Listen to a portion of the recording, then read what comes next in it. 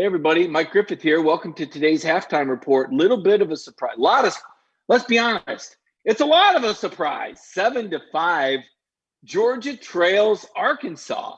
And you had to see it to believe it, right? I can't remember the last time that I saw a Kirby Smart team make this many mistakes. I mean, the penalties have been staggering in this football game. We saw Dwan Mathis get the start. Dwan was 6 of 14 for 37 yards, had a very costly interception at the Arkansas 5-yard line. We saw Stetson Bennett come in, kind of got things going there. Stetson 9 of 14, 92 yards, led that very impressive 58-yard drive, ended with the Jack Podlesny field goal that made it 7-5. I think Georgia's got the momentum. I really do. You know, you look at the first drive, there were mistakes made there too. That Eric Stokes pass interference. I mean, Eric Stokes, you've got to know better than that.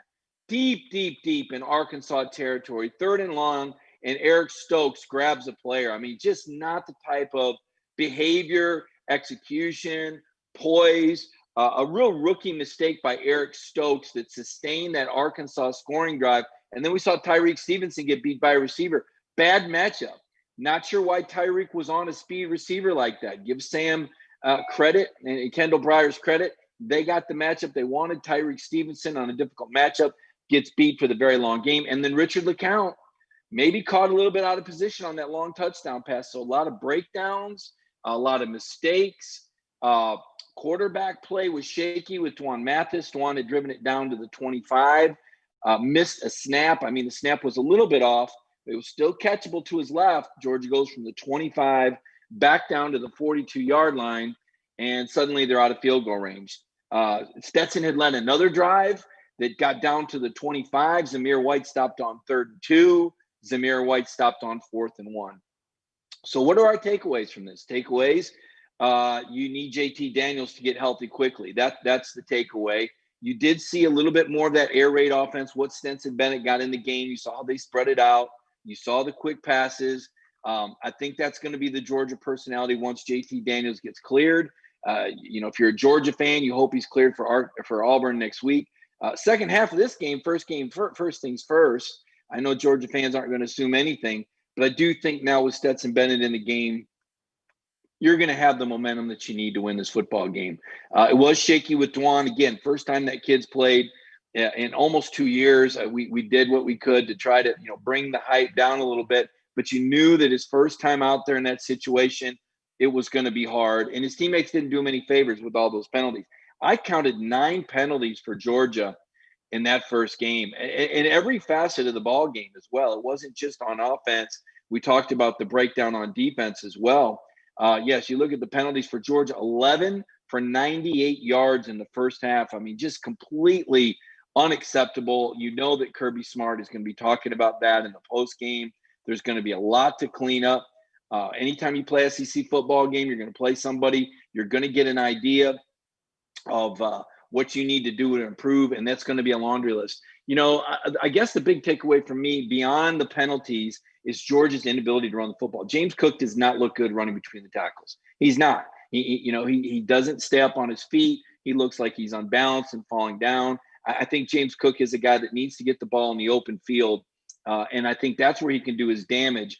Need to see more Zamir between the tackles. We've seen Georgia do a lot with his offensive line. There's been a lot of substitutions. I know Jeff Sentell has been keeping up with that. We've seen 2 different centers play. We've seen guards going in and out. We've seen tackles going in and out. It's almost as if Matt Luke is looking for that combination, but you got to keep some guys out there. You got to get some consistency. You got to get some continuity. The offensive line, I thought they started strong, but in the second quarter, it looked like there'd been some struggles. There'd been penalties, movement, things like that, a holding penalty early on Justin Schaefer, a laundry list of mistakes. So, again, takeaway. Georgia's got to be able to run the ball more effectively. This Arkansas defense was last in the SEC against the run last year. They gave up more than 220 yards. I know they played a lot of guys, but still, these next 4 defenses, Georgia's getting ready to play much better. Got to solve this running game. Got to get JT Daniels healthy. Stetson Bennett is doing a fine job. If he can continue to play like he played in the first half, again, I think Georgia can still win this game comfortably. The defense, after that first drive, it looked like they settled down a little bit.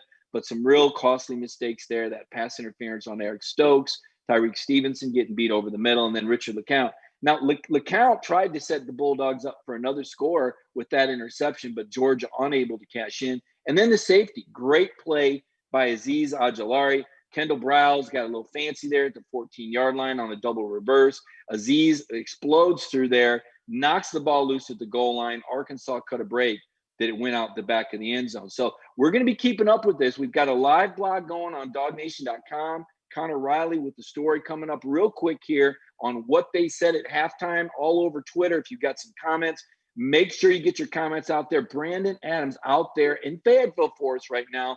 Brandon is going to be doing a post-game show with Terrence Edwards. You need to come back here. This will be a very long and very deep post-game show. Terrence Edwards, I'm sure, will have a lot of things to say about this passing game, these young receivers, Jermaine Burton, one of his pupils with a hold. Check out the post-game show with Brandon Adams right here on Dog Nation. Buckle your seatbelts. Get ready for the second half. Thanks for joining me on the Halftime Report.